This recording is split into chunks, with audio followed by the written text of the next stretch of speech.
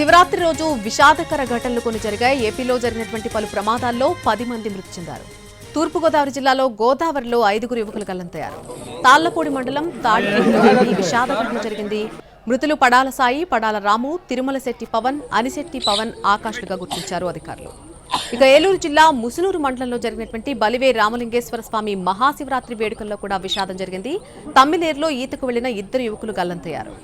నంద్యాల జిల్లా శ్రీశైలం జలాశయం దగ్గర లింగాలగట్టులో స్నానం చేస్తూ తండ్రి కొడుకు చనిపోయారు. వీరు ఎన్టీఆర్ జిల్లా పెనుగంచిపోలు మండలం కొలిక్కొల్లా వాసులైనటువంటి గురవయ్య, వాసుగా గుర్తించారు అధికారులు. ఇక నెల్లూరు జిల్లాలో 1 మృతి చెందారు. సంగం మండలం కోలగట్ల దగ్గర పెన్నా నదిలో 10వ తరగతి విద్యార్థి గల్లంతయ్యాడు.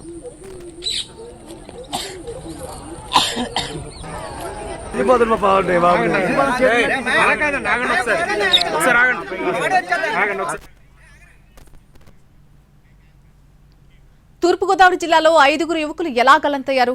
నాలరేవు కూడా లేని చోటుకు యువకులు స్నానానికి ఎందుకు వెళ్లారు? దీనంతటికీ ఇసుక తోడడమే కారణమా? మా ప్రతినిధి శ్రీనివాస్ అందిస్తున్న గ్రౌండ్ రిపోర్ట్.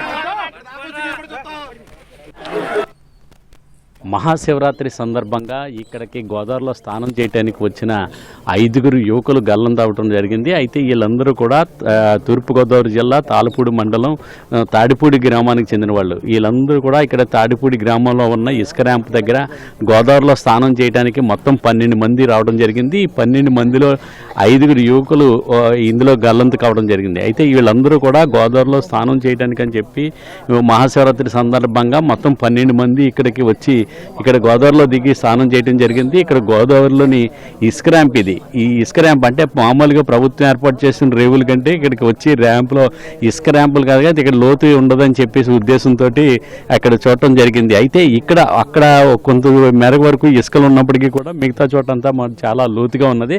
దీంతో ఒకరిని రక్షించబోయి మరొకరు మొత్తం 5 కూడా ఇందులో గల్లంతు కావడం జరిగింది. 7 అయితే ఈ ప్రమాదం నుంచి సురక్షితంగా బయటపడ్డారు. అయితే గోదావరిలో స్నానానికి దిగిన ఈ 5 యువకులు కూడా గల్లంతు కావడంతో తక్షణమే రంగంలో దిగి పోలీసులు గజేతగాళ్ళ సాయంతో గాలింపు చర్యలు చేపట్టి ఇక్కడ ఎవరైతే మృతి చెందారో వాళ్ళందరి మృతదేహాలను కూడా బయటికి తీయడం జరిగింది. వీళ్ళందరూ కూడా అంటే చాలామంది చిన్న వయసు వాళ్ళు ఉన్నారు. ఇందులో కూడా ఇంటర్మీడియట్ చదువుతూ ఇప్పుడు రేపు మార్చి 1వ తారీఖు నుంచి పరీక్షలు కూడా రాయటానికి కూడా సిద్ధమవుతున్న పరిస్థితిలో వాళ్ళు ఇలాగా ఈ మహాశివరాత్రి సందర్భంగా ఇక్కడికి వచ్చి ఈ గల్లంతు కావడం జరిగింది. తాడిపూడి గ్రామానికి చెందిన సుమారు 19 సంవత్సరాల వయసు ఉన్న తిరుమల శెట్టి పవను, అలాగే పడాల దుర్గాప్రసాద్, అనిశెట్టి పవను, ఎర్ర ఆకాష్, పడాల సాయిగా ఇక్కడ ఈ 5 కూడా ఇక్కడ అనువుగా ఉంటుంది, ప్లేస్ లోతు ఉండదని చెప్పి భావించి వీళ్ళందరూ దిగారు. అయితే లోతు ఎక్కువగా ఉండడం వలన ఈ ప్రదేశాన్ని గుర్తించకపోవడంతో వాళ్ళందరూ కూడా మునిగిపోయినట్లుగా